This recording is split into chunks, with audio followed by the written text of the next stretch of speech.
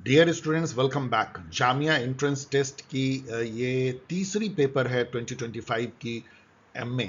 मैं entrance test की बात कर रहा हूं जिसको मैं एनालाइज कर रहा हूं। पहले हम लोगों ने आईआर एंड एरिया स्टडी के पेपर एनालाइज किए, फिर उसके बाद पॉल साइंस के और अब पब्लिक एडमिनिस्ट्रेशन के।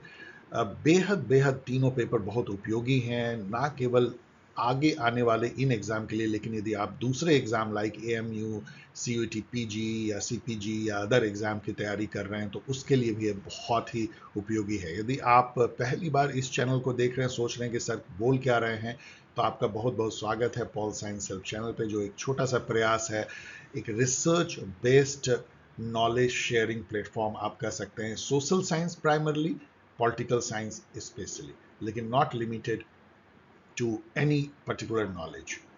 नॉलेज कैसे लें और कैसे शेयर करें, इसके लिए एक छोटा सा प्रयास, एक कम्युनिटी बनाने का प्रयास। तो चलिए शुरुआत करते हैं Jamia entrance test public administration paper analysis 2025। और यदि आप नेट जेआरएफ जून 2025 साइकिल के एग्जाम दे रहे हैं जो बहुत करीब आ गई है, एसेट असिस्टेंट प्रोफेसर या एसएसबी पीजीटी इस टाइप के job oriented exam screening test की तैयारी कर रहे हैं, तो आपके लिए एक ब्यूटीफुल मौका है पॉल साइंस हेल्प के online test series NET JRF को ज्वाइन करने का। उसकी डिटेल यहाँ पे कुछ दी गई है, और यदि आप इसको ज्वाइन करना चाहते हैं तो एक स्पेसिफिक ईमेल आईडी है जो आसानी से आप याद कर सकते हैं, पॉल साइंस हेल्प नेट जून 25। थोड़ा लंबा है लेकिन बहुत सीधा सा है। इस पे आप अपना टेलीग्राम आईडी मोबाइल नंबर भेजें। यदि आप रिसोर्सेज की खोज कर रहे हैं तो इससे बेहतर कुछ नहीं मिल सकता है। खास करके अभी यूजीसी नेट की एग्ज़ाम इतनी करीब है, तो यूजीसी नेट की एग्ज़ाम गाइड आप यहाँ पे पा सकते हैं। ऑब्जेक्टिव पॉलिटिकल साइंस दो हैं, एक जनरल एग्ज़ाम के लिए, एक यूजीसी नेट के लिए। और यदि आप सीयूईटी पीजी या पीजी इंट्रेंस दे रहे हैं तो ये गाइड आपके लिए उपयुक्त है। ये सभी जो हैं वो अमेजन पे हैं, amazon.in पे हैं, किंडल वर्जन में है। किंडल वर्जन में इसलिए क्योंकि वो दो रीजन से, एक की काफ़ी सस्ता होता है, आपको 100 रुपये के आसपास में बुक मिल जाती है, जबकि प्रिंटेड वर्जन इसका काफ़ी महंगा होगा क्योंकि इसमें पेजेस 500 से लेकर के 700 पेजेस तक हैं, क्योंकि बहुत सारे क्वेश्चंस और फैक्ट सीट है। दूसरा क्या है कि Kindle version is the way ahead. आप जब ऑनलाइन पढ़ते हैं तो उसमें इतने सारे फीचर हैं कि आप बहुत आसानी से जो है बुक को नेविगेट कर सकते हैं, मेमोराइज कर सकते हैं, नोट बना सकते हैं। लेकिन हाँ, लर्न करने की ज़रूरत है, और ऑफ कोर्स इंटरनेट कनेक्शन की भी ज़रूरत है, और एक रीडिंग डिवाइस भी। Mobile is not a good device, I can understand. और मैं हमेशा कहता हूँ कि लैपटॉप या टैबलेट लेने की कोशिश करें, किसी को भी उससे वंचित नहीं होना चाहिए, पैसा उसके आड़े नहीं आना चाहिए। और नहीं आता है, गरीब से गरीब बच्चे जब आईटी में या इंजीनियरिंग में पढ़ने जाते हैं, कैसे लैपटॉप लेते हैं, कैसे उनके माँ बाप अरेंज करते हैं, सोचिए इस पर। चलिए डियर स्टूडेंट, शुरुआत करते हैं क्वेश्चन आंसर और एडिशनल इंफॉर्मेशन के सिलसिले को। और जैसा मैंने कहा कि ये पेपर बहुत नॉलेज आपको देगा।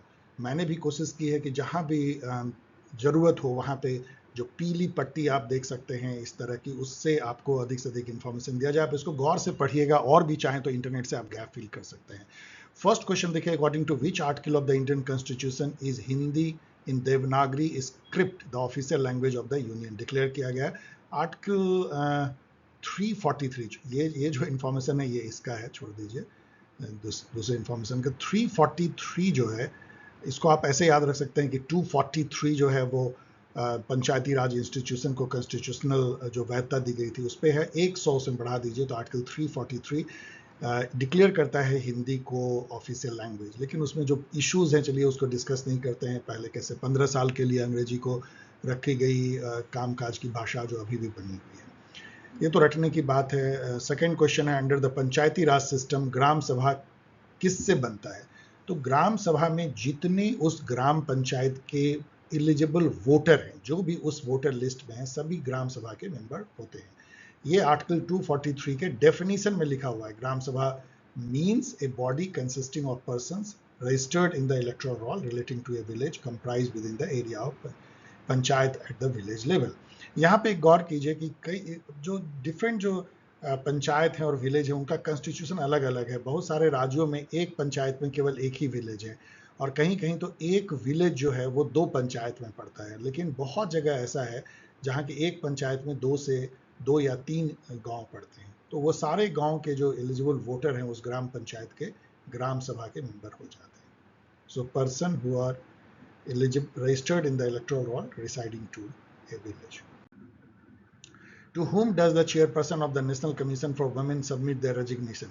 ये क्वेश्चन आप फार्मूला से बना सकते हैं। यदि आप ये कॉन्स्टिट्यूशनल फार्मूला याद रखिए कि उस अथॉरिटी को आप अपना रेजिग्नेशन सौंपते हैं जो आपको अपॉइंट करता है, दैट्स ऑल। तो आपको पता है कि सारे हायर अपॉइंटमेंट प्रेसिडेंट के नाम पे होते हैं, तो इसलिए आप प्रेसिडेंट को ही जो है नेशनल कमीशन फॉर वुमेन हो, चाहे नेशनल कमीशन फॉर माइनॉरिटी के लिए हो, चाहे जितने भी हो, इवन चीफ जस्टिस को भी रिजाइन करना होगा। जो भी अपॉइंटमेंट प्रेसिडेंट के द्वारा होता है, प्राइम मिनिस्टर सभी प्रेसिडेंट को रिजाइन करते हैं। लेकिन प्रेसिडेंट जो कि प्रेसिडेंट है वो किसको रिजाइन करेंगे, दैट इज ए प्रॉब्लम कि उनको कौन अपॉइंट करता है। तो इसके चलते ऐसा किया गया कि प्रेसिडेंट वाइस प्रेसिडेंट को रिजाइन करते हैं और वाइस प्रेसिडेंट प्रेसिडेंट को। What is minimum number of members required to be present in any one of the two houses of parliament for its functioning? इसको कोरम कहते हैं। कोरम मतलब कि मिनिमम कितने मेंबर होने चाहिए हाउस में कि हाउस की मीटिंग कन्वीन की जा सके। तो इसका जो आर्टिकल 100 कहता है, ये आर्टिकल को भी याद कर लीजिए कि कम से कम 10% यदि मेंबर हैं हाउस में तभी वो हाउस की बैठक होगी। जैसे कि राज्यसभा में तकरीबन 245 मेंबर हैं, तो वहाँ आपको करीब 25 मेंबर चाहिए, और लोकसभा में 545 है, तो वहाँ करीब 55 मेंबर आपको मिनिमम चाहिए, तभी हाउस की प्रोसीडिंग होगी, नहीं तो हाउस की बैठक स्थगित हो जाएगी। 1/10 ऑफ द टोटल नंबर, इसको याद भी कर सकते हैं।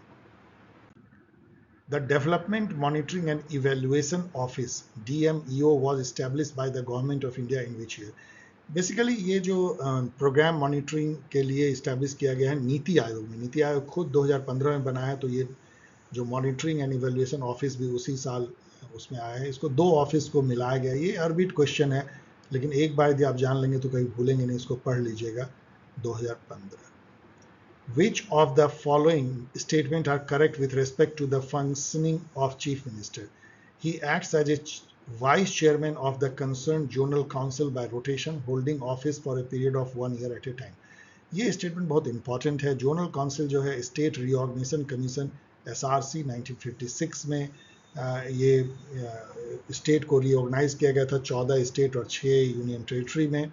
उसके पहले जो है कॉन्स्टिट्यूशन में ABCD 4 कैटेगरी ऑफ स्टेट थे, जिसको हटा करके 7th कॉन्स्टिट्यूशनल अमेंडमेंट से नई व्यवस्था की गई थी, जो अभी तक चल रही है। 14 स्टेट और 6 यूनियन टेरिटरी, जो अब बढ़ करके 28 स्टेट और 8 यूनियन टेरिटरी में बढ़ चुकी है। उसमें एक जोनल काउंसिल का भी प्रावधान किया गया था। जोनल काउंसिल हर जोन में, साउथ, ईस्ट, नॉर्थ और नॉर्थ ईस्ट में भी एक जोनल काउंसिल बनाया गया है। उस जोनल काउंसिल के जो चेयरपर्सन होते हैं वो तो होम मिनिस्टर हैं, लेकिन वाइस चेयर जो हैं उस जोन में पड़ने वाले जितने स्टेट हैं उसके चीफ मिनिस्टर बारी बारी रोटेशन से 1-1 साल के लिए बनते हैं। So statement is correct and very important information. He is the chief spokes person of the state government. कौन बोलेगा नहीं, ये तो मतलब ही चीफ PRO कह लीजिए, चीफ एग्जीक्यूटिव कह लीजिए। ही is the crisis manager in chief at the political level during emergencies. ये भी कौन बोलेगा नहीं, ये भी वो है ही is the crisis manager in chief at the political level during emergencies. तो ये भी सही है। सो ये तीनों ही स्टेटमेंट जो है बिल्कुल सही है। Who has the power to enforce prohibition or to regulate or restrict the sale and consumption of any intoxicant in tribal area? तो ये बहुत ही अच्छा क्वेश्चन है, क्योंकि इसमें आपको पेसा एक्ट के बारे में जानना है। पेसा एक्ट है पंचायत राज एक्सटेंशन टू शेड्यूल्ड एरिया, जो कि दिलीप सिंह भूरिया कमेटी के रिकमेंडेशन पे 1996 में जो है, जो शेड्यूल्ड एरिया है जिसमें कि 10 स्टेट आते हैं, वहाँ के ट्राइबल एरियाज में पंचायती राज की जो व्यवस्था है 73rd कॉन्स्टिट्यूशनल अमेंडमेंट की, उसको लागू किया गया था। उसमें ये प्रोविजन था कि कहीं पे यदि ये शराब बंदी करनी है गांव देहात में जो ट्राइबल एरिया है, तो कौन ये डिसीजन लेगा, तो ये वहाँ की ग्राम सभा लेगी। तो ये यहाँ पे लिखा गया है, आप यहाँ देख सकते हैं। This is a very good question. 8 number question देखिए, the Indian constitution is quasi federal in nature. ये तो आपको पता है कि केसी वेयर जो है उन्होंने ये पहली बार कहा था कि क्वाज़ी फेडरल का मतलब है कि आधा फेडरल है, मतलब पूर्ण फेडरल नहीं है, बिकॉज यहाँ पे आपको पता है कि यूनियन कितना स्ट्रांग है स्टेट के मुकाबले में। सेकेंड, इसका जो ये तो रीजन है, एजर्सन है, it provides equal division of power between central state. ये तो बिल्कुल गलत है। यदि ऐसा होता तो क्या ये ट्रू फेडरल नहीं कहलाता? तो इसलिए आर जो है वो करेक्ट है, बट ए इज इनकरेक्ट। आसान है ये। By which constitutional amendment act was the number of Lok Sabha seats increased from 525 to 545? ये बहुत ही अच्छा क्वेश्चन है। We all should know कि ये 31st constitutional amendment 1973 से जो है, उस समय में जनगणना हुई थी 1971 का, उसके बेसिस पे बढ़ाया गया था सीट लोकसभा का, कर दिया गया था 500 से 525। ये मुझे लग रहा है कि थोड़ी इसमें मुझे चेक करना होगा। आप इसके, आपके लिए मैं क्वेश्चन मार्क छोड़ जाता हूँ, इसको थोड़ा चेक कर लीजिएगा। ये 31st अमेंडमेंट से यहाँ पे जो, ये तो कॉपी पेस्ट है इंटरनेट से इंफॉर्मेशन, लेकिन 500 टू 525 है और यहाँ 525 टू 545। तो जस्ट चेक इट अप कि ये क्या आगे किसी कॉन्स्टिट्यूशनल अमेंडमेंट में किया गया है। 10 नंबर क्वेश्चन देखिए, which constitutional amendment abolish the provision of nomination of member from Anglo Indian community to Lok Sabha and state legislative assembly? ये मैं कई बार कहता हूँ कि 100 के बाद से जो भी कॉन्स्टिट्यूशनल अमेंडमेंट हुए सबको याद कर लीजिए। और ये 104th कॉन्स्टिट्यूशनल अमेंडमेंट में दो चीज़ें हुई थी। एक तो 10 साल के लिए रिजर्वेशन बढ़ाया गया था, यहाँ पे देख सकते हैं, और एंग्लो इंडियन की जो 2 सीट थी नॉमिनेशन, उसको ख़त्म कर दिया गया। 103rd कॉन्स्टिट्यूशनल अमेंडमेंट से EWS रिजर्वेशन दिया गया था, 10% जो किसी भी और क्लास में नहीं आते हैं उनको, गरीबी के चलते। और 102nd कॉन्स्टिट्यूशनल अमेंडमेंट से बैकवर्ड क्लास कमीशन जो है उसे कॉन्स्टिट्यूशनल मैंडेट दिया गया था। 101st कॉन्स्टिट्यूशनल अमेंडमेंट से क्या GST आया था, चेक कर लीजिएगा। ये सब हम लोगों को जानना चाहिए। 11 number question, the provision of concurrent list, freedom of trade, commerce and intercourse and joint sitting of 2 House of Parliament are borrowed from Australian constitution. तो ये तो बहुत ही अच्छा क्वेश्चन है। यूके से हम लोगों ने बहुत बहुत कुछ लिया, parliamentary system itself, cabinet system, privilege, जो पार्लियामेंट्री प्रिविलेजेज हैं, ये सारी चीज़ें हम लोगों ने लिया, single citizenship and all. US constitution से भी कई चीज़ें हमारे कॉन्स्टिट्यूशन में ली गई हैं, जैसे कि जो जुडिशियल रिव्यू का जो प्रोविजन है, प्रियम्बल इटसेल्फ जो है यूएस कॉन्स्टिट्यूशन से लिया गया है। आयरिश कॉन्स्टिट्यूशन से हम लोगों ने DPSP जो है, और प्रेसिडेंट और वाइस प्रेसिडेंट के इलेक्शन का मेथड, ये सब हम लोगों ने लिया है। 12 number, the Inter-State Council was established in 1990 in pursuance of recommendation made by, this is also a very good question, और ये कमीशन थी Sarkaria commission. Sarkaria commission was the first inter-state relation पे कमीशन थी, 1983 में बनी थी जस्टिस सरकारिया के अध्यक्षता में। उन्होंने ये कहा था कि एक इंटर स्टेट काउंसिल होना चाहिए था, जिसका पहले नाम जो है इंटर गवर्नमेंटल काउंसिल रखा गया था। नेक्स्ट क्वेश्चन देखिए, the administrative head of the cabinet secretariat कौन होते हैं? कैबिनेट सेक्रेटरीट को कौन हेड करेंगे? कैबिनेट सेक्रेटरी करेंगे। So the cabinet secretary is considered to be the chief of the bureaucracy at union level. इसी तरीके से स्टेट लेवल पे भी हम देखें तो जो चीफ सेक्रेटरी होते हैं स्टेट में, वो वहाँ के ब्यूरोक्रेसी के हेड होते हैं। 14 नंबर देखिए, द, यहाँ पे लैंग्वेज इसकी कई हिली हुई है, टूटी फूटी। द राइट, द रिट ये कहना चाहते हैं, writ literally means by what authority और वारंट। बेसिकली इसको पूरा मैं पढ़ भी नहीं रहा हूँ, मतलब ये है कि किसी पब्लिक ऑफिस में कोई यदि आदमी बैठा हुआ है तो ये रिट उससे पूछता है, रिट मतलब कोर्ट का ऑर्डर, कि आप किस अथॉरिटी से इस ऑफिस को ऑक्यूपाई किए हो। इस रिट को क्यूओ वारंटो बोलते हैं, मतलब लैटिन में है बाय व्हाट अथॉरिटी और warrant you are holding this office, quo warranto. यहाँ पे जो 5 रिट हैं उसको जरूर देख लीजिए, ये आपको हमेशा काम आएगा। हैबियस कॉर्पस मतलब प्रोड्यूस द बॉडी, मंडमस मतलब you do what is mandated by the law, executive को ऑर्डर दिया जाता है। Prohibition, don't do it. Quo warranto अभी उन्होंने देखा। And certiorari, that we certify that the lower court has done right thing. So this 5 writs जो है, article 32 supreme court के लिए और आर्टिकल 226 हाई कोर्ट के लिए, याद रखें।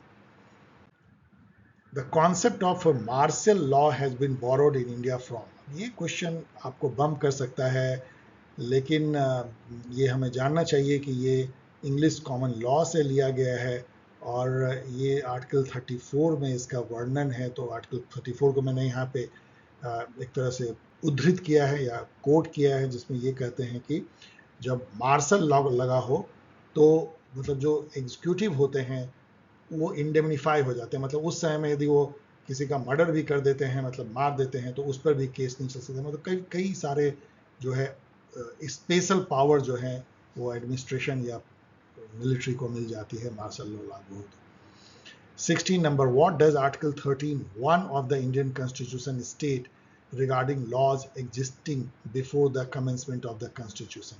Article 31 को मैंने यहाँ रिप्रोड्यूस किया है, कहते हैं कि all, ये कहता है the all law in force in the territory of India immediately before the commencement of this Constitution, in so far as they are inconsistent with the provision of this part, shall to the extent of such inconsistency be void. Red colour से जो है देखिए, to the extent of such inconsistency, इसको doctrine of Eclipse कहते हैं। क्यों कहते हैं जरा समझिए। मान लीजिए एक लॉ है जो मान लीजिए ऐसे गोले के समान है, सॉरी मैं गोला बहुत बेकार बना रहा हूँ, इसका ये पार्ट जो है, ये कॉन्स्टिट्यूशन बनने से पहले ये लॉ था, ये पार्ट जो है फंडामेंटल राइट से टकराता है, इन्फ्रिंज होता है, तो केवल ये पार्ट जो है वो इनवैलिड हो जाएगा, बाकी ये वैलिड रहेगा, और यदि ये पार्ट को भी ठीक कर लिया जाए तो पूरा ही वैलिड हो जाएगा। इसको डॉक्ट्राइन ऑफ इक्लिप्स कहते हैं। जैसे चंद्र ग्रहण लगता है या सूर्य ग्रहण, ये पूरी तरह से हमेशा के लिए नहीं रहता है, ये इक्लिप्स दूर हो सकता है और पूरे पार्ट में नहीं लग के पार्शियल जो है ग्रहण जैसा ये है।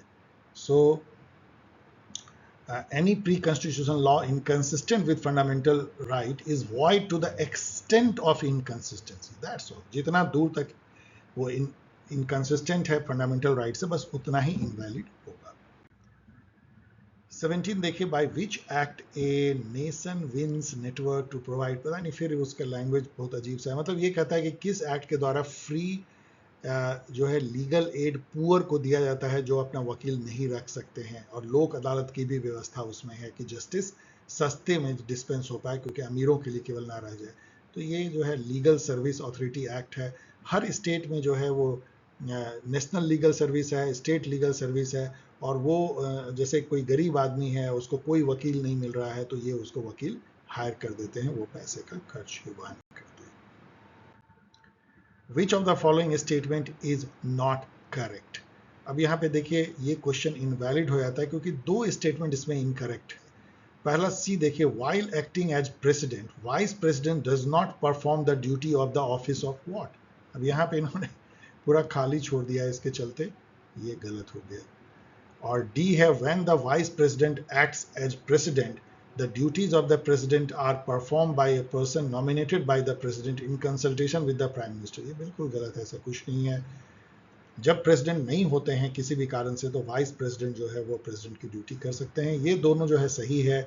Vice president is the chairman of the Rajya Sabha ex officio, मतलब कि वो राज्यसभा के बिना चुने गए, राज्यसभा के बिना मेंबर हुए हुए उसके चेयरमैन हो जाते हैं by virtue of being the vice president. Then second statement that the vice president of India acts as president at the time if a vacancy is occurred suddenly. जब बीमार हो जाए प्रेसिडेंट या उनकी मृत्यु हो जाए या कोई और कारण से यदि वैकेंसी होती है तो वाइस प्रेसिडेंट ही प्रेसिडेंट का काम देखते हैं। In which form of government is power held by a privileged class or nobility? Privileged class nobility दो तरह के जो है रेजीम कह सकते हैं या दो तरह के फॉर्म कह सकते हैं। एक आप कह सकते हैं एरिस्टोक्रेसी जो कि अच्छा माना जाता है, मतलब कि बुद्धिमान लोग, पावरफुल लोग शासन करते हैं, और दूसरा इसी का थोड़ा परवर्टेड फॉर्म कह सकते हैं ऑलिगार्ची, जिसमें कि रिच एंड पावरफुल जो है वो कुछ मुट्ठी भर लोग शासन करते हैं। एरिस्टोक्रेसी जैसा मैंने कहा is better than oligarchy. Which of the following recommended 3 language formula? पहले तो 3 लैंग्वेज फार्मूला जिस पे कभी बहुत विवाद हुआ है वो क्या है? ये कहता है कि किसी भी राज्य में कोई जो स्टूडेंट है प्रिलिमिनरी स्टेज में जब वो पढ़ाई करते हैं तो वो 3 लैंग्वेज सीखेंगे। एक तो उस स्टेट की या जो रीजनल लैंग्वेज है वो, दूसरी जो लैंग्वेज वो हिंदी या इंग्लिश जो कि नेशनल लैंग्वेज जैसी होगी, और थर्ड जो है कोई और लैंग्वेज इसमें सीख सकते हैं, थर्ड लैंग्वेज। और ये जो रिकमेंडेशन था ये कोठारी कमीशन जो 1986 में बनी थी एजुकेशन के रिफॉर्म के लिए, उसने ये 3 लैंग्वेज फार्मूला दिया था, कोठारी कमीशन। यहाँ पे राजमन्नार कमेटी है जो 1969 में डीएमके गवर्नमेंट तमिलनाडु ने बनाया था central state relation. Which country has first women prime minister in the world? ये जीके का बहुत फेमस क्वेश्चन है। श्री मावो भंडार नायके, बच्चे ऐसा रट लेते हैं, she was the first women president in entire world, so Sri Lanka. Who is known as the father of scientific management. तो यहाँ से क्वेश्चन काफी आसान हो जाता है पब्लिक एडमिनिस्ट्रेशन में। We all know Frederick Taylor is considered a father of scientific management. Ilton Mayo, not Alton, is known for his human relation approach, Hawthornean experiment. Who has given two-factor theory? Two-factor theory Frederick Herzberg ने दिया था, जिसमें उन्होंने दो तरह के motivational factor की बात की थी। एक हाइजीन फैक्टर कहा था, जो कि जैसे कि आराम करने की व्यवस्था, सैलरी, कंपनसेशन, जो वर्किंग कंडीशन एंड ऑल, ये सब जो है यदि आप नहीं देंगे तो एम्प्लॉय डीमोटिवेट हो जाएंगे। लेकिन यदि आप देंगे तो ऐसा कुछ नहीं है कि प्रोडक्टिविटी बहुत बढ़ जाएगी, बिकॉज एम्प्लॉय एक्सपेक्ट कि ये तो मिलेगा ही उन्हें। लेकिन there are second factors which are called motivational factor, जो एक्चुअली उनको मोटिवेट करते हैं, जैसे जॉब लोडिंग है, जॉब इनरिचमेंट है, उसकी प्रमोशन है, डिफरेंट टाइप का रिकॉग्निशन एंड रिवॉर्ड है, रिस्पॉन्सिबिलिटी है। उस टाइप से जो मोटिवेट होते हैं पॉजिटिवली और प्रोडक्टिविटी बढ़ सकती है। Two factor theory, Frederick Herzberg. यहाँ मैकग्रेगर दिखते हैं, डगलस मैकग्रेगर, जिन्होंने theory X and theory Y दिया था। दो टाइप के पर्सन या वर्कर जो है किसी ऑर्गेनाइजेशन में पाए जा सकते हैं। उनका कहना था, एक जिसको कि आपको पुश करना होता है, जो काम को जनरली अवॉइड करते हैं तभी वो काम करते हैं, और दूसरा जो सेल्फ मोटिवेटेड होते हैं, theory Y type of person, जो कि खुद ही अपना काम करते हैं। आप उनको क्लोजली मॉनिटर करेंगे तो उनकी प्रोडक्टिविटी घट जाएगी। Who wrote the book administrative behaviour? बहुत ही फेमस क्वेश्चन है। हर्बर्ट साइमन रोड, और इनको जो नोबेल प्राइज मिला था उसमें इस बुक का भी काफी बड़ा हाथ था। Who specified 14 principle of public administration? We all know कि ये 14 principle of public administration Henri Fayol ने दिया था, और ये एक तरह से आप कह सकते हैं पिलर्स हैं पब्लिक एडमिनिस्ट्रेशन के, कि ये काम, उसको उन्होंने जो है डिफरेंट पार्ट में भी बांटा था। यूनिटी ऑफ कमांड उसमें से एक बहुत ही इंपॉर्टेंट है। Who wrote the book on the principle of scientific management? Again, scientific management के जो फादर हैं, F.W. Taylor. Who wrote the book The Ruling Class? ये क्वेश्चन बहुत अच्छा है। रूलिंग क्लास, गैटिनो मोज्का, जो इटालियन थे, उन्होंने ये बुक लिखी थी, जिसमें वो ये कहते हैं, जो मैंने यहाँ पीले कलर से लिखा भी है, all societies are ruled by an organized minority which maintains control through superior organization and legitimizing ideologies regardless of the formal system of governance. तो ये गैटिनो मोज्का की है, द रूलिंग क्लास। सो यहाँ पे और भी जो थिंकर हैं, इलीट थिंकर, मतलब बेसिकली इलीट थ्योरी के थिंकर कह लीजिए, उनका ये कहना है कि समाज ऑलवेज से जो है इलीट और मासेज में बटा हुआ है। कुछ मुट्ठी भर लोग जो कि शासन करते हैं, और मास जिनके नाम पे शासन होता है, लेकिन वो एक तरह से बाई स्टैंडर्ड ही रहते हैं। इसमें गैटिनो मोज्का ने द रूलिंग क्लास लिखा, आप देख ही रहे हैं। पेरेटो इज वेरी फेमस, ये भी इटालियन थे, जिन्होंने सर्कुलेशन ऑफ इलीट का कॉन्सेप्ट दिया था। रॉबर्ट माइकल, जिन्होंने की आयरन लॉ ऑफ ओलिगार्ची का कॉन्सेप्ट दिया था। Who said administration is cooperative social action? ये क्वेश्चन आपको बम कर सकता है, लेकिन ये बहुत ही अच्छा क्वेश्चन है। इसका सही जवाब है Mary Parker Follett. Mary Parker Follett is known for writing on group dynamics and integration as the best method for conflict resolution in an organizational setting and collaborative decision making, circular response, इस type की काफ़ी सारे concept के लिए MP folate जानी जाती है। Who gave agraria industria model? तो इंडस्ट्रिया एग्रेरिया मॉडल जो है, ये फ्रेडरिक्स की जो कॉन्सेप्शन है, ecological approach to public administration, उसका ये फॉर्मुलेशन है। उसमें एग्रेरिया जो है वो फ्यूज सोसाइटी को कहते हैं, जो कि अभी भी प्रिमिटिव स्टेज में है। ट्रांजिसिया जो है, जिस पर उन्होंने मेन थीसिस लिखा, वो प्रिज्मेटिक सोसाइटी है, डेवलपिंग सोसाइटी है, इंडिया, फिलीपींस, थाईलैंड, उस टाइप कंट्री। और इंडस्ट्रिया जो है वो डिफ्रैक्टेड सोसाइटी उन्होंने बोला, जो डेवलप्ड सोसाइटी है। इसको मैं एक्सप्लेन पूरा भी नहीं कर रहा हूं। तो फ्रेडरिक्स।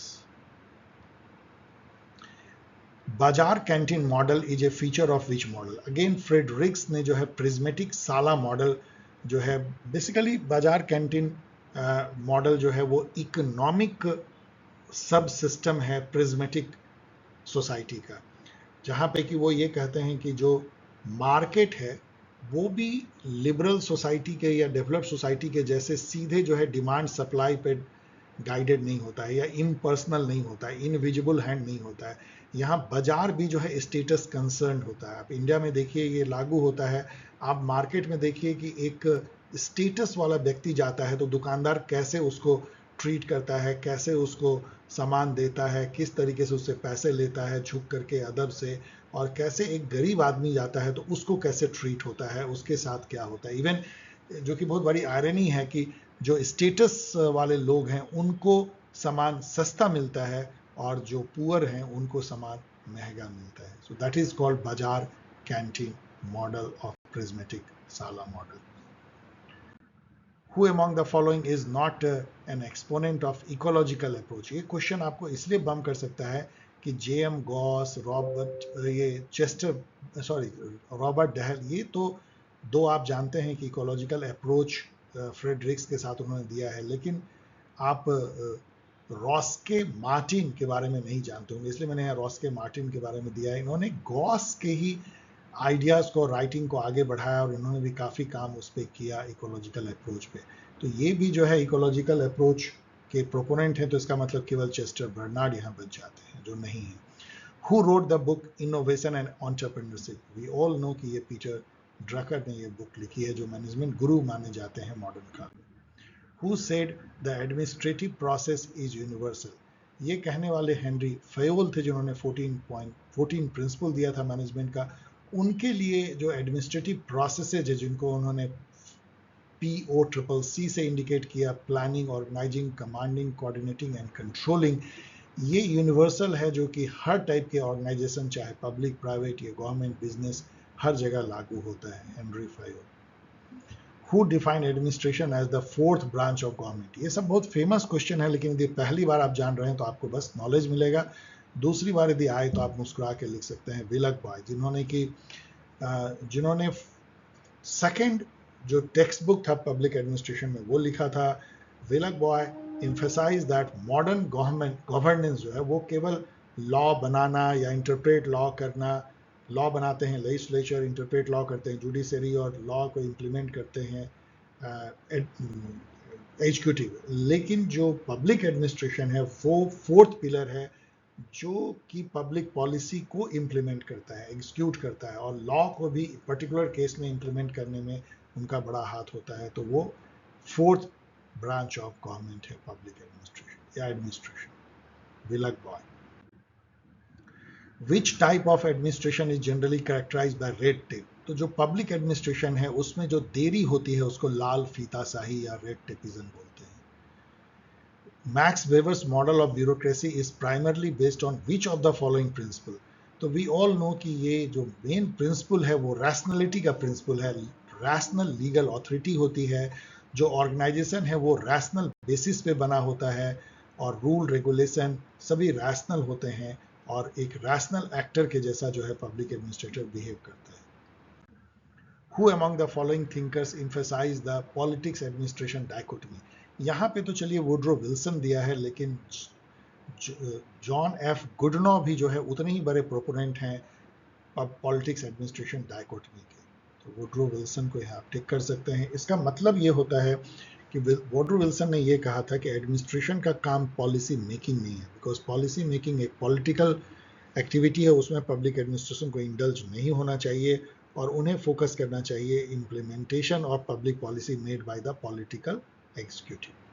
39 नंबर क्वेश्चन देखिए, which article of the Indian constitution lays down the doctrine of pleasure regarding civil servants? मतलब कि जो सिविल सर्वेंट हैं उनका टेनियर वो तब तक काम करते हैं जब तक कि they have the pleasure of the president. In same way state bureaucracy में जो सिविल सर्वेंट होते हैं तब तक काम करते हैं जब तक they have got the pleasure of the governor. इसका मतलब ये नहीं होता है कि प्रेसिडेंट को जब मर्जी हो तब वो हटा देंगे। आर्टिकल 311 जो है एक तरह का फंडामेंटल राइट देता है सिविल सर्वेंट्स को अपनी बात कहने का, इंक्वायरी प्रोसेस से गुजरने का, और तभी कोई पनिशमेंट पाने का। लेकिन इसका मतलब ये होता है कि किसी भी सिविल सर्वेंट की जो टेनियर है या टर्म है वो फिक्स नहीं है। आपको नौकरी से कभी भी निकाला जा सकता है, आपको कभी भी जो है आपको टर्मिनेट किया जा सकता है। सो आर्टिकल 310 जिसको पढ़ लीजिए यहाँ पे, वो डॉक्ट्राइन ऑफ प्लेजर है। For that matter prime minister भी and all the union minister work at the pleasure of the president, कभी भी उनको डिसमिस किया जा सकता है theoretically. The prismatic sala model again घूम के आता है, इज डिजाइन टू एक्सप्लेन, तो यहाँ देखिए डेवलप्ड नेशन तो होगा नहीं, टेक्नोलॉजिकल इनोवेशन होगा नहीं, मॉडर्निटी होगा नहीं, तो केवल फेलियर ऑफ नहीं, transitional society where modernity and transition को एग्जिस्ट। इस टाइप का जो सोसाइटी है जिसको उन्होंने प्रिज्मेटिक सोसाइटी कहा, उसको एक्सप्लेन करने के लिए प्रिज्मेटिक साला मॉडल लाया गया, जिसका एक आपने देखा इकोनॉमिक जो सब सिस्टम है वो बाजार कैंटीन मॉडल था। The concept of street level bureaucracy is attributed to, तो ये जो थिंकर थे इनका नाम था माइकल लिपिस्की। माइकल लिपिस्की ने जो है स्ट्रीट लेवल ब्यूरोक्रेसी का कॉन्सेप्ट दिया था। स्ट्रीट लेवल ब्यूरोक्रेसी का मतलब ये होता है कि वो ब्यूरोक्रेसी जो आपको सड़क पे दिखती है, जब आप का ड्राइविंग लाइसेंस बोलते हैं, सिपाही जो ट्रैफिक पुलिस की है कि निकालो और आप दिखाते हैं, that is the typical street level bureaucracy. वहाँ पे यदि आपको चाहे तो बोले ठीक है आप जा सकते हैं साहब, और नहीं तो फिर आपको चलान कर सकता है और कुछ भी। तो स्ट्रीट लेवल ब्यूरोक्रेसी वो ब्यूरोक्रेसी है जो ऐसा नहीं कि स्ट्रीट में खड़े दिखते हैं, आप बैंक के काउंटर पे जाते हैं वहाँ भी आपको स्ट्रीट लेवल ब्यूरोक्रेसी दिखती है, मतलब जहाँ पे कि एक इंडिविजुअल जो पब्लिक एडमिनिस्ट्रेटर है उसके हाथ में काफ़ी सारा डिस्क्रिशन है, जिससे कि वो आपको या तो फेवर कर सकता है या रूल को किसी भी तरीके से इंटरप्रेट कर सकता है।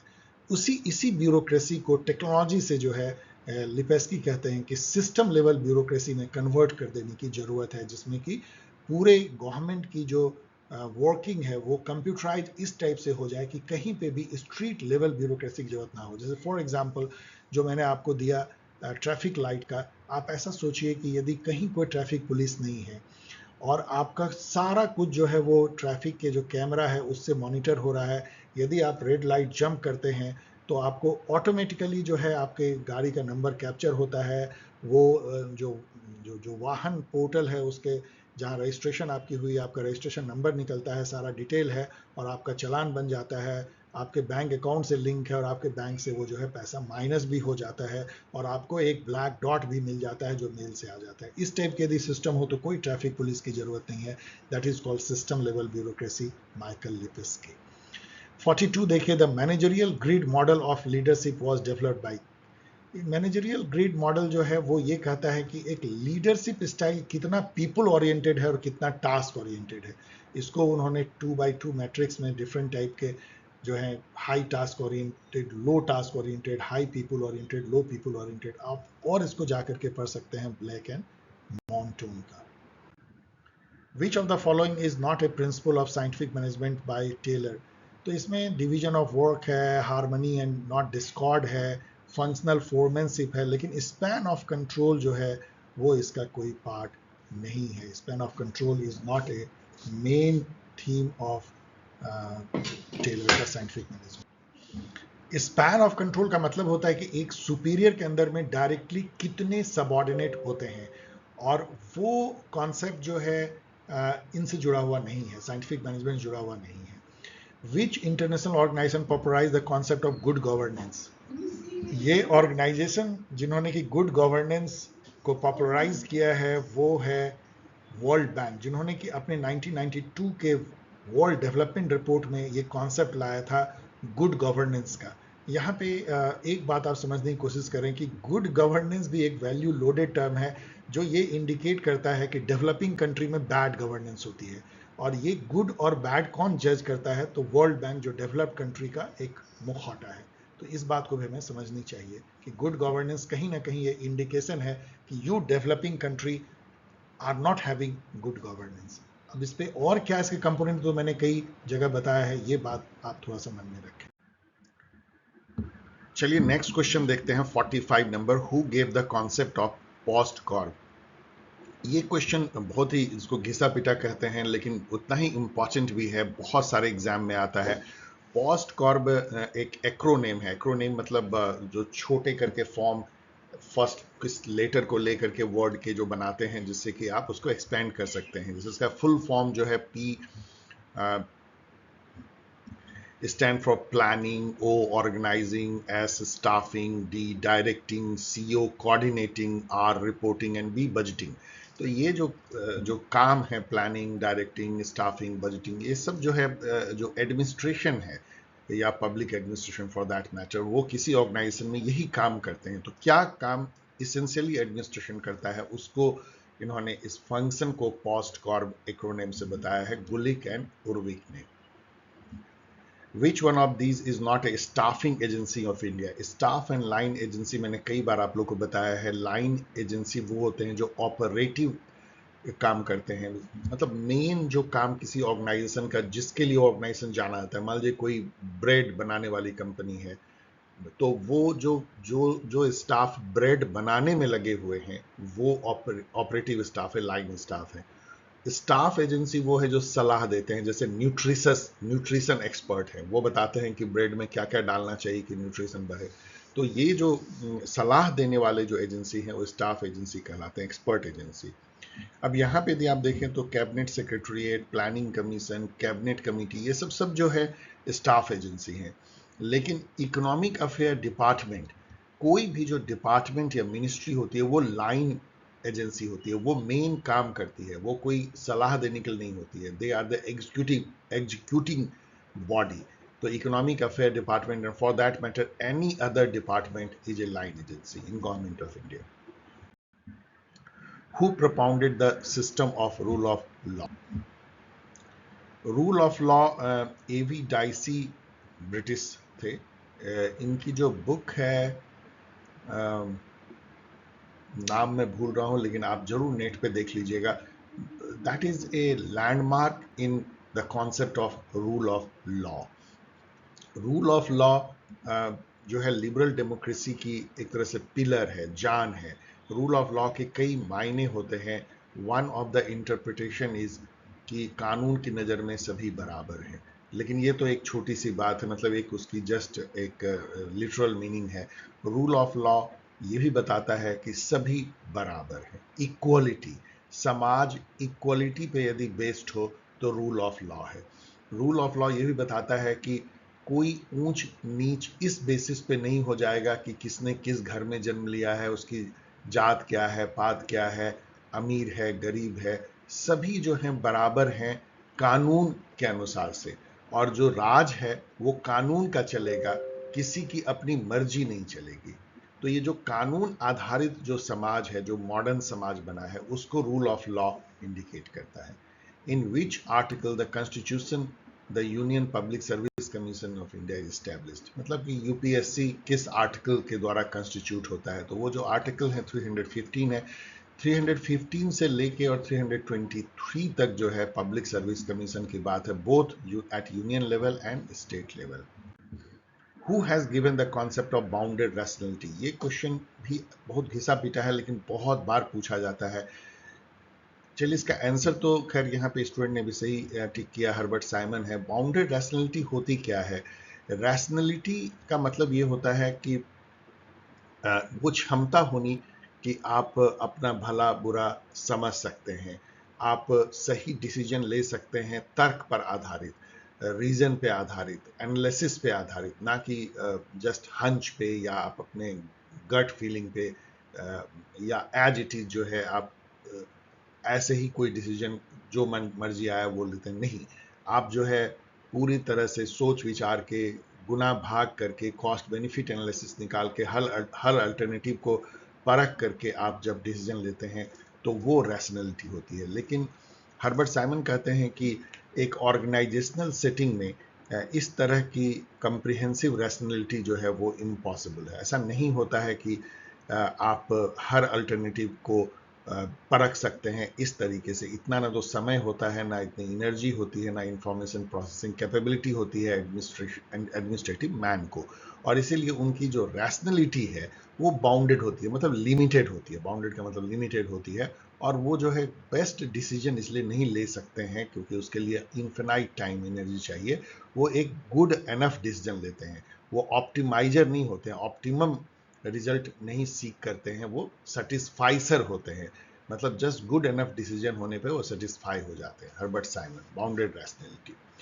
In which authority Max Weber based bureaucracy, ये हम लोगों ने कई बार पढ़ा है, इस पेपर में भी ये क्वेश्चन है कि उनकी जो ऑथोरिटी की कॉन्सेप्ट है मॉडर्न काल में जिस पे ब्यूरोक्रेसी बेस्ड है, वो लीगल रैशनल ऑथोरिटी है, ना कि करिस्मेटिक या traditional authority.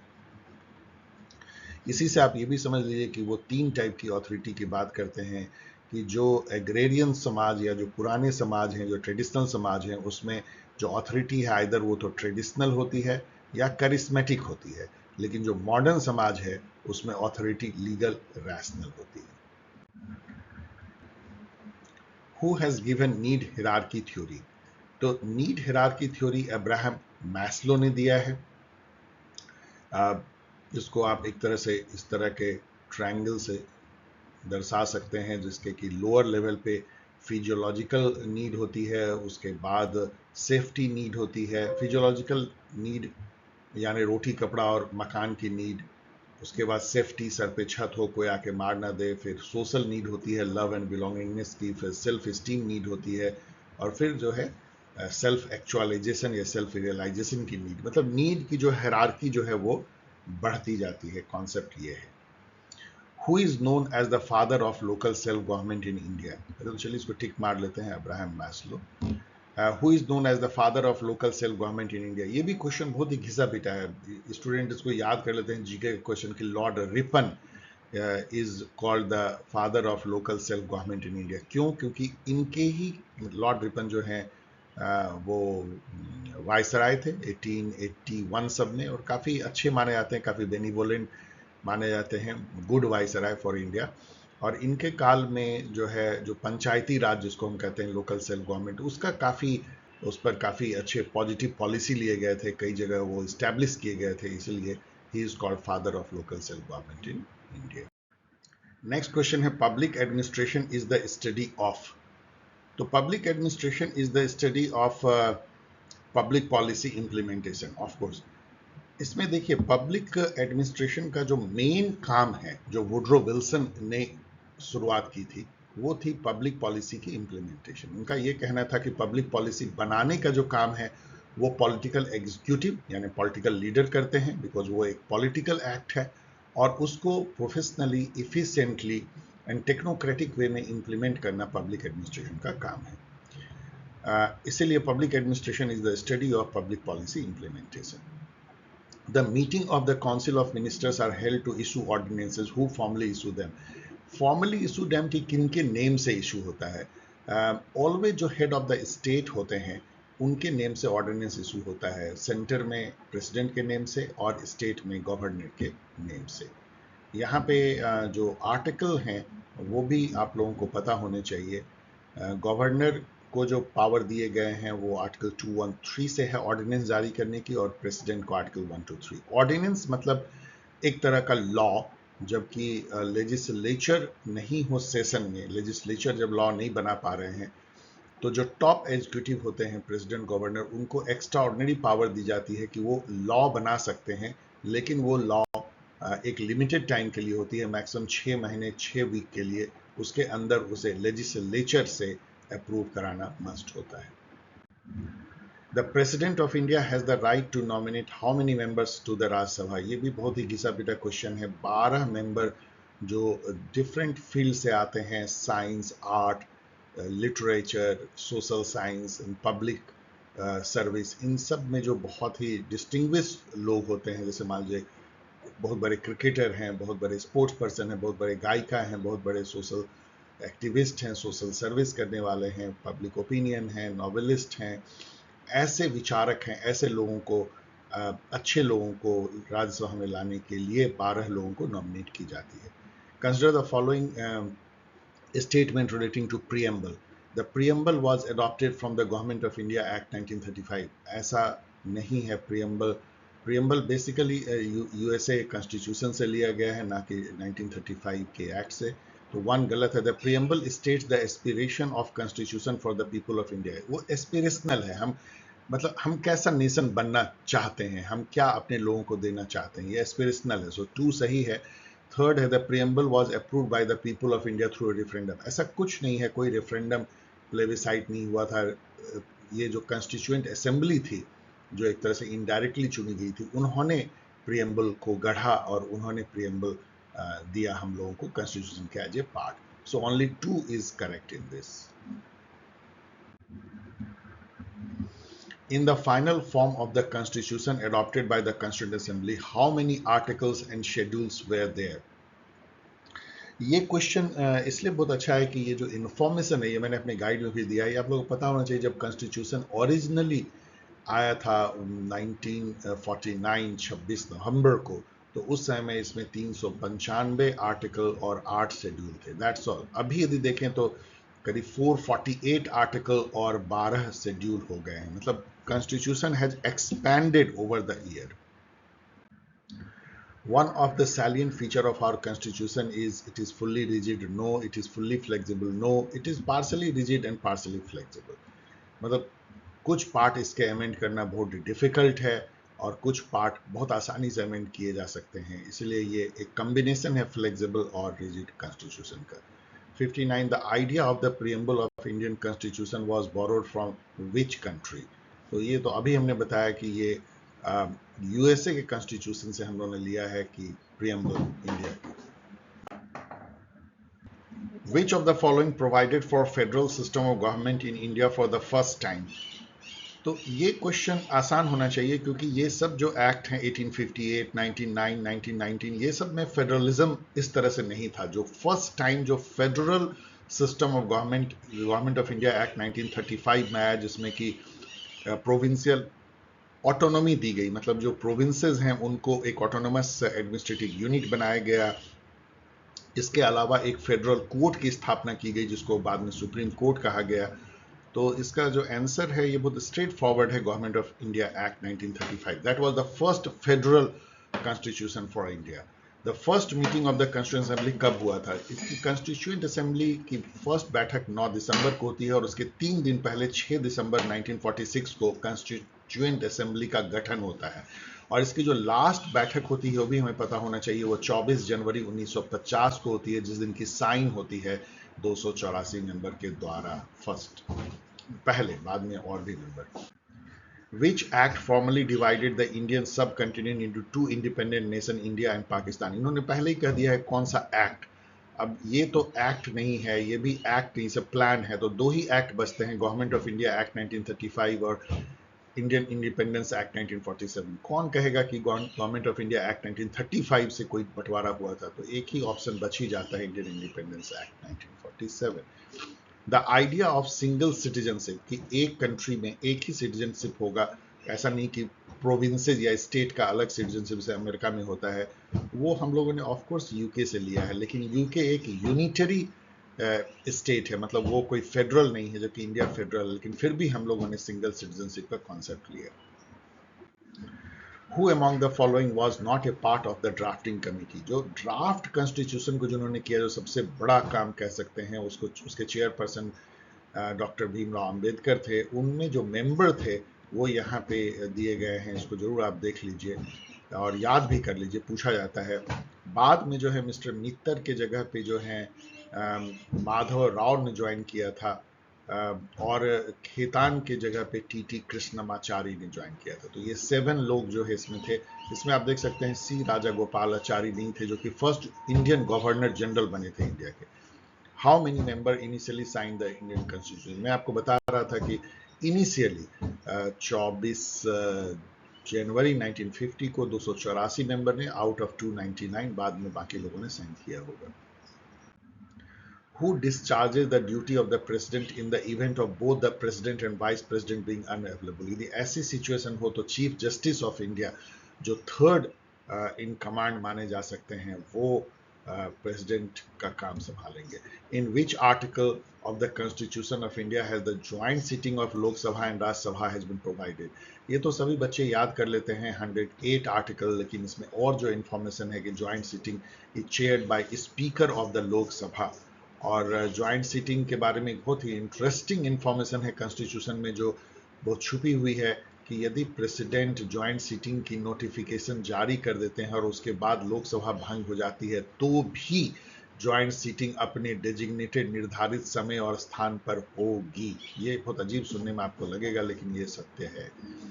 Article 108, The concept of लोक अदालत is mainly to expedite cases related to लोक अदालत जो है वो एक तरह का इनफॉर्मल अदालत है जिसमें कि सिविल सूट्स जो है, मर्डर मतलब क्रिमिनल मारपीट वाले तो नहीं, इसको छोड़ दीजिए, बाकी सब मैट्रिमोनियल डिस्प्यूट, शादी ब्याह से related, motor vehicle accident, suits relating to banks, ये सब उसमें निपटाए जाते हैं। तो 134 आप कह सकते हैं।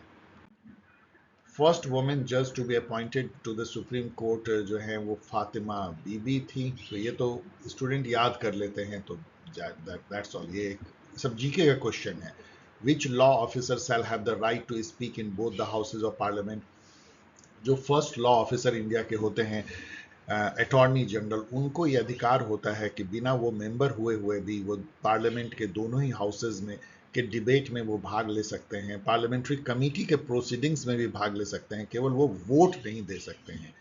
He is attorney general. यहाँ पे याद रखिए कि if he is the first law officer of India, the solicitor general is the second law officer of India. Assertion reason type का क्वेश्चन है। एजर्सन है, India is described as a sovereign socialist secular democratic republic. ये तो है ही, जिसमें से कि socialist और सेकुलर जो वर्ड है ये 42nd अमेंडमेंट से इंसर्ट किया गया था प्रियम्बल में। रीजन है, the preamble of the Indian constitution reflect the basic structure and philosophy of the constitution. ये दोनों सही है, आपको पता है, preamble reflect the philosophy and basic structure as well as preamble में चूंकि ये बातें लिखी गई है और यही बेसिक स्ट्रक्चर को बताती है कि हम क्या नेशन है। ये तो बेसिक स्ट्रक्चर है ही, sovereign socialist secular democratic republic. तो ये दोनों ही सही है, both A and R true and R is the correct explanation of A. Match करना है स्टेट और लोकसभा सीट, तो आसान होना चाहिए। केरला में 20 है तो ए का 3 में केवल 2 ही ऑप्शन है, तो आपको ये दोनों खत्म हो जाते हैं। बी का 1 और बी का 4, तो महाराष्ट्र में वी ऑल नो कि 48 सीट हैं, तो बी का 4 होगा और इससे ये क्रैक हो जाता है। बाकी को मैच कर लीजिएगा। यहाँ पे आपको ये क्वेश्चन ये इंडिकेट करता है कि ये तो बहुत आसान है, लेकिन इससे भी थोड़ा टफ आ सकता है कि राज्यसभा के कितने सीट हैं, और वो थोड़ा टफ हो जाता है याद करना। इसके अलावा SC ST के लिए रिजर्व सीट कितने हैं लोकसभा में, वो भी जो है थोड़ा टफ हो जाता है, लेकिन ये सभी बच्चे जो हैं याद ये सब करते हैं। Which directive principle has the direct impact of the moral philosophy of Mahatma Gandhi? तो यदि आप देखेंगे बहुत थोड़े से जो डायरेक्टिव प्रिंसिपल हैं वो सीधे गांधीयन थॉट से लिए गए हैं। एक तो ग्राम पंचायत जो है उसकी स्थापना करना, विलेज पंचायत कह लीजिए, और इसके अलावा कॉस स्लॉटर पे जो बैन है वो भी उनके डायरेक्ट थॉट से प्रभावित है।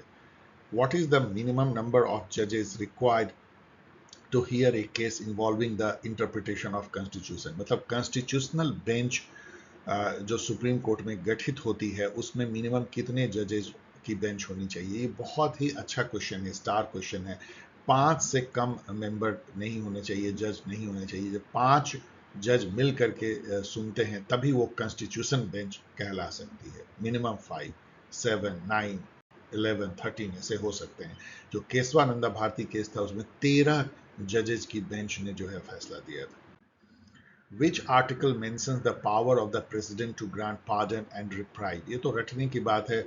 आर्टिकल 72 प्रेसिडेंट के पावर को मेंशन करता है, पार्डन और रिप्राइव।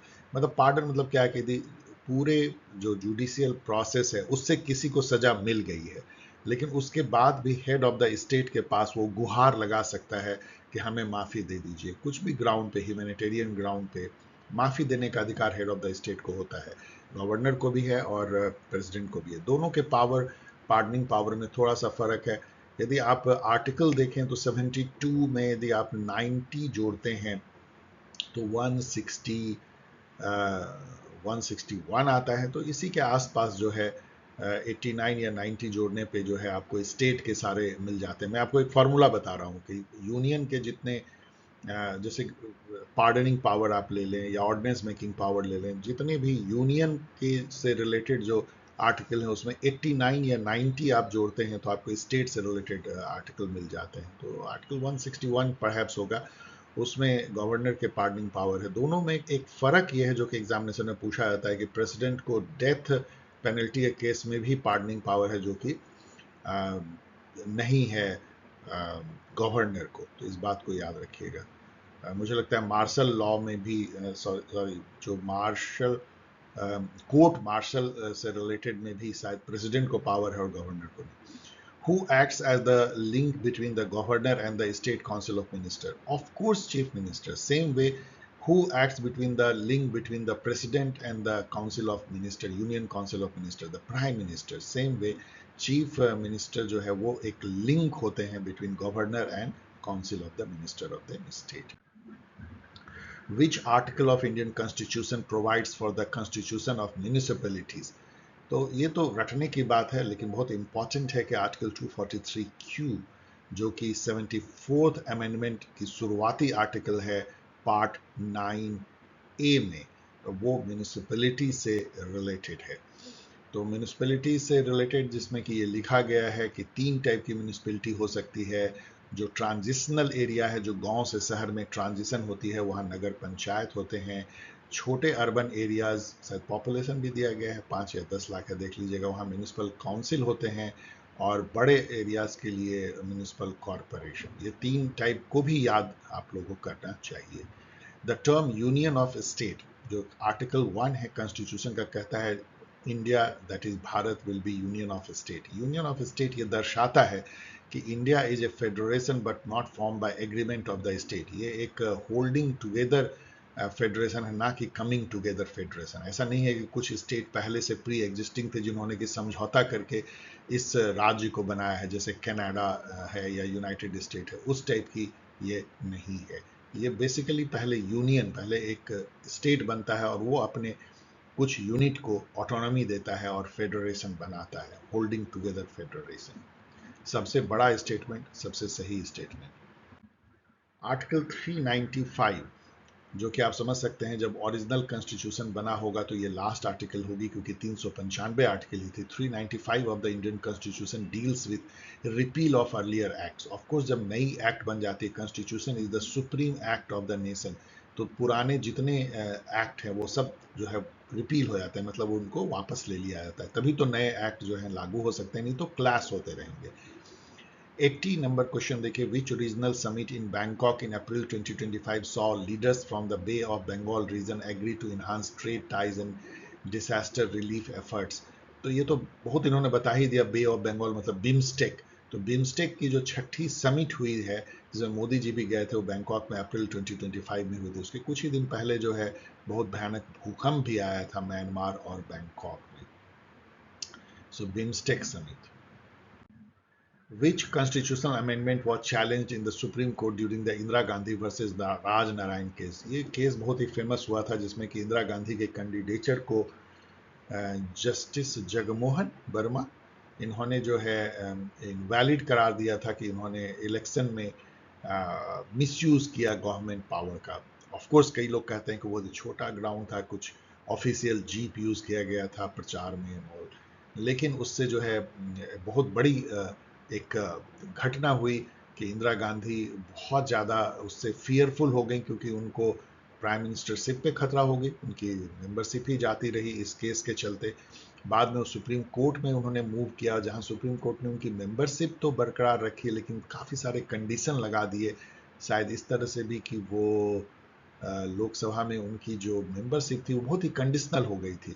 और उसके बाद फिर जयप्रकाश नारायण ने रामलीला मैदान में भाषण दिया कि पुलिस और आर्मी भी जो है इस तरह के अनैतिक आदेशों को ना माने जो कि ये ऑटोक्रेटिक गवर्नमेंट दे रही है, लाइक दैट। और उसके बाद ये सब घटना होते होते उनका पेशेंस जवाब दे दिया और उन्होंने इमरजेंसी लगा दी। तो ये जो केस है, ये इमरजेंसी लगाने की एक तरह से शुरुआत की घटना हो जाती है। और ये क्वेश्चन यहाँ जो पूछा गया बहुत ही इंपॉर्टेंट है। 39th अमेंडमेंट को ये निरस्त करता है, मतलब एक तरह से चैलेंज किया गया था। उसमें ये था 39th अमेंडमेंट इंदिरा गांधी लेकर के आई थी 75 में, उसमें ये कह दिया गया था कि इलेक्शन जो होगा प्रेसिडेंट, वाइस प्रेसिडेंट और प्राइम मिनिस्टर और स्पीकर का, इसमें प्राइम मिनिस्टर गौर कीजिए, उसको किसी भी कोर्ट में चैलेंज नहीं किया जा सकता है। इसको चैलेंज किया गया था इस केस में और कोर्ट ने नहीं माना। बाद में इस अमेंडमेंट को ही खत्म कर दिया गया, इसके जो प्रभाव जो था। The 82 देखिए, the Election Commission of India in 2023 allotted the name Shiv Sena and bow and arrow symbol to which faction? आपको पता है कि महाराष्ट्र में ये बहुत बड़ा पॉलिटिकल नाटक हुआ था। जो शिवसेना नाम की एक पॉलिटिकल पार्टी है जो बाल ठाकरे ने स्टैब्लिश किया था, जो उनके बेटे उद्धव ठाकरे जिनके प्रेसिडेंट थे, वो दो भाग में टूट गई। एक फैक्शन के लीडर एकनाथ शिंदे हो गए और दूसरे फैक्शन के उद्धव ठाकरे बने रहे।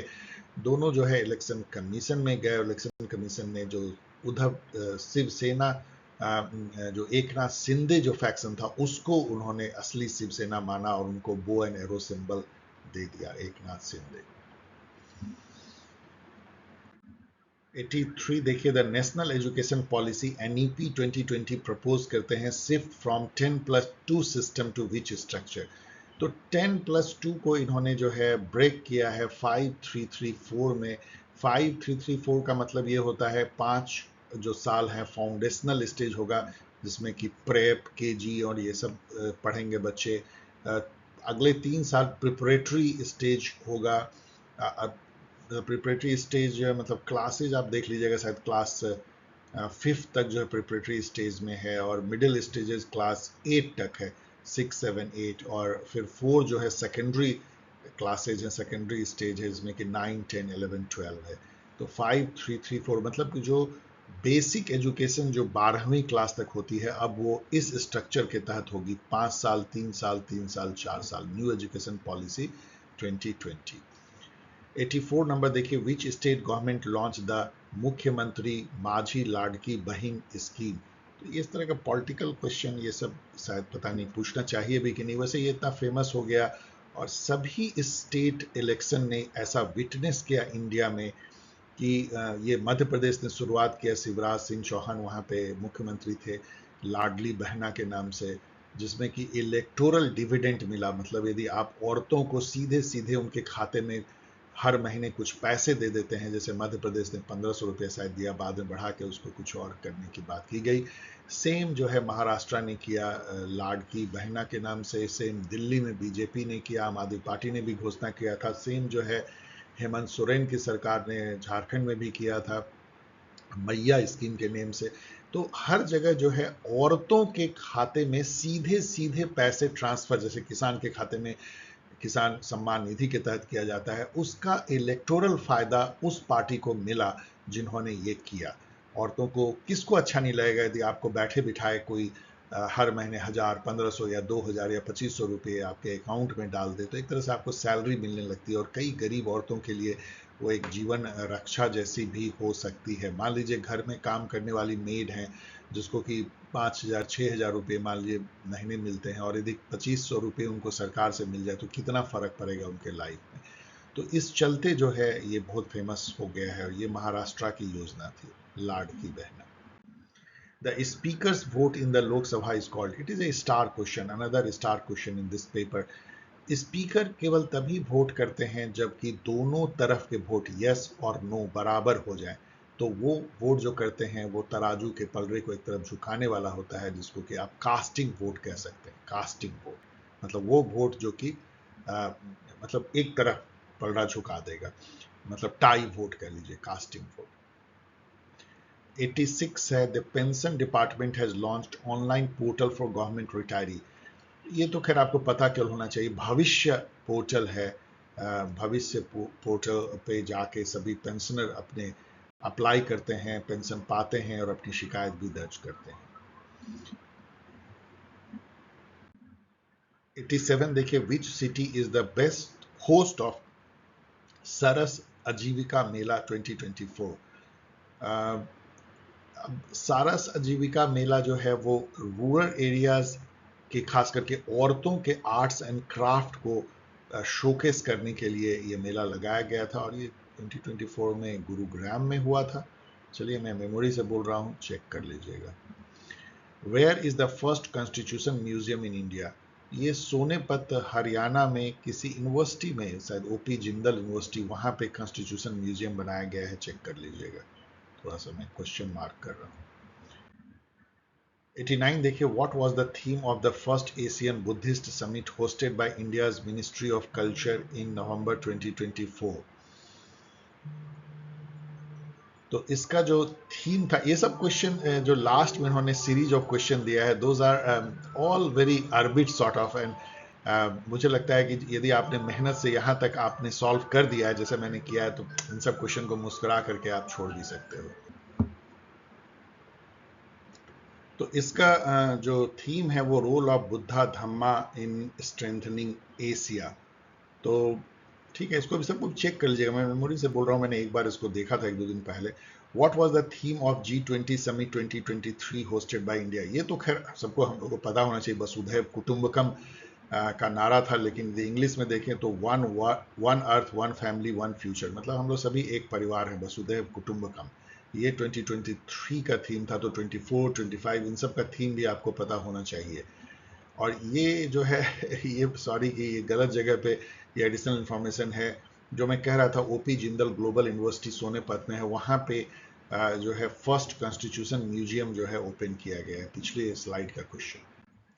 In December 2024, the UN General Assembly sought an advisory opinion from the International Court of Justice regarding humanitarian aid obligation in which region? ये आप गेस कर सकते हैं कि ह्यूमैनिटेरियन एड से रिलेटेड यदि कोई मामला यूनाइटेड नेशन में होगा तो वो गजा एरिया का ही होगा, गजा एंड द वेस्ट बैंक।